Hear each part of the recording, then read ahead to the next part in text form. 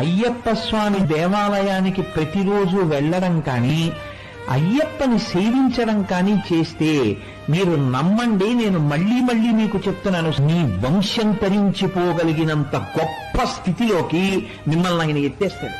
ఎందుకు ఎత్తేస్తాడో తెలుసా అండి? ఒక్కటే కారణం, ఆయన ధర్మశాస్త్ర.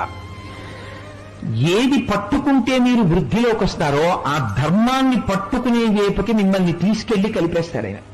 అందుకే ఆయన ఎక్కడ ఉంటారో, ఎవరు ఆయన దేవాలయానికి వెళతారో వాళ్ళు ధార్మికులై బ్రతకడం వాళ్ళకి అలవాటు అవుతుంది.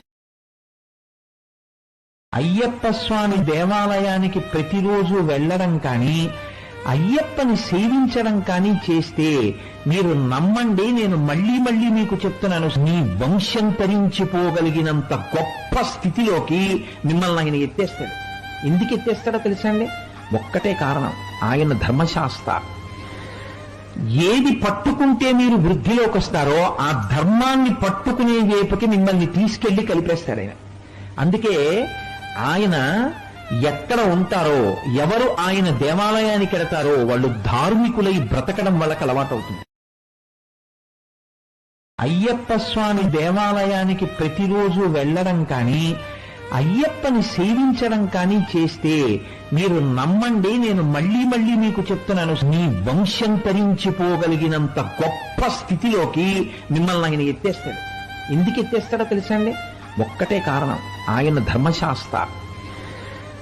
ఏది పట్టుకుంటే మీరు వృద్ధిలోకి వస్తారో ఆ ధర్మాన్ని పట్టుకునే వైపుకి మిమ్మల్ని తీసుకెళ్లి కలిపేస్తాడు ఆయన.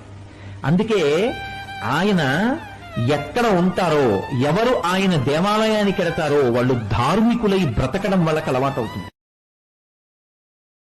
అయ్యప్ప స్వామి దేవాలయానికి ప్రతిరోజు వెళ్ళడం కానీ అయ్యప్పని సేవించడం కానీ చేస్తే మీరు నమ్మండి, నేను మళ్ళీ మళ్ళీ మీకు చెప్తున్నాను, మీ వంశం తరించిపోగలిగినంత గొప్ప స్థితిలోకి మిమ్మల్ని ఆయన ఎత్తేస్తాడు. ఎందుకు ఎత్తేస్తాడో తెలుసా అండి? ఒక్కటే కారణం, ఆయన ధర్మశాస్త్ర. ఏది పట్టుకుంటే మీరు వృద్ధిలోకి వస్తారో ఆ ధర్మాన్ని పట్టుకునే వైపుకి మిమ్మల్ని తీసుకెళ్లి కలిపేస్తాడు ఆయన. అందుకే ఆయన ఎక్కడ ఉంటారో, ఎవరు ఆయన దేవాలయానికి వెళతారో వాళ్ళు ధార్మికులై బ్రతకడం వాళ్ళకి అలవాటు అవుతుంది. అయ్యప్ప స్వామి దేవాలయాన్ని